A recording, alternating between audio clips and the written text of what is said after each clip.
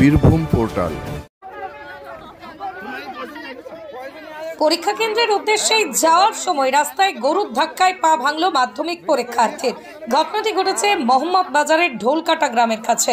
আহত ছাত্রকে Suri super speciality হাসপাতালে চিকিৎসার জন্য নিয়ে যাওয়া হয়। হাসপাতালে তার পরীক্ষার ব্যবস্থা করা হয়েছে। জানা গিয়েছে ওই ছাত্রী আজ তার বাড়ি থেকেই হেঁটেই যাচ্ছিল যানবাহন ধরে পরীক্ষা কেন্দ্রে যাওয়ার জন্য। তাকে জখম অবস্থায় প্রথমে সিউড়ির একটি বেসরকারি হাসপাতালে নিয়ে যাওয়া হয়, কিন্তু পর্ষদ সদস্যের তরফে তাকে জানিয়ে দেওয়া হয় বেসরকারি হাসপাতালে পরীক্ষার ব্যবস্থা করা কঠিন, তাই তড়িঘড়ি পরীক্ষার্থীকে আবার সিউড়ি সুপার স্পেশালিটি হাসপাতালে নিয়ে আসা হয়।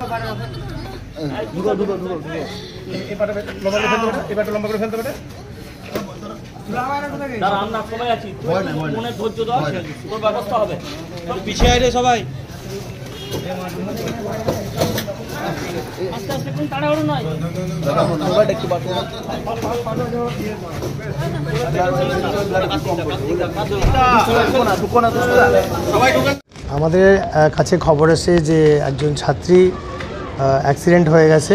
তো নিয়ম অনুসারে এই হসপিটালের নিয়ারেস্ট সেন্টার হচ্ছে সিউড়ি বেরি মাধব ইনস্টিটিউশন। তো আমরা রেডি ছিলাম কোয়েশ্চেন এবং খাতা নিয়ে। তো আমরা চলে এসেছি, অলরেডি মেয়েটি ঢুকে গেছে। আমরাও হাজির আছি, আমাদের ড্যাক এবং ডিএনএসসি মেম্বাররাও সব চলে এসেছেন। তো আমাদের পরীক্ষা যদি মেয়েটি দিতে পারে আমরা অপেক্ষা করছি তার জন্য, যে তাকে আমরা পরীক্ষার ব্যবস্থা করে দেবো।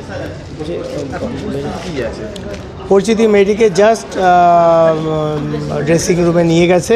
এখন এটা তো পা শুনেছি ভেঙে গেছে, মনে হয় তো অপারেশন কেস হতে পারে।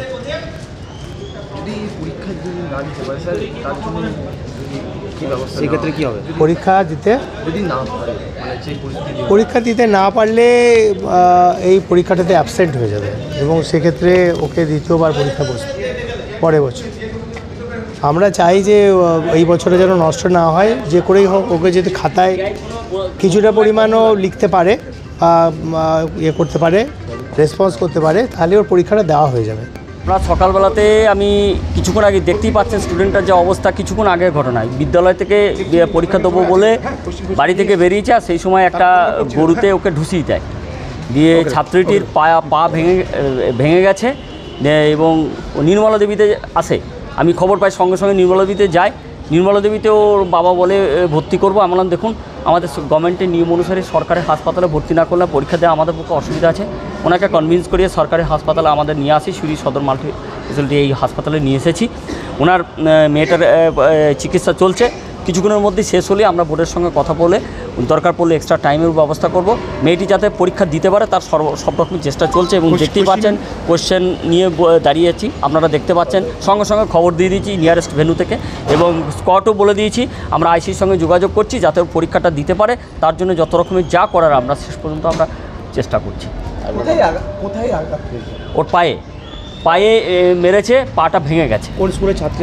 ও হচ্ছে গিরিজোর ছাত্রী, গিরিজোর হাই স্কুলের ছাত্রী, আর সেন্টার পড়েছিল গনপুর হাই স্কুলে।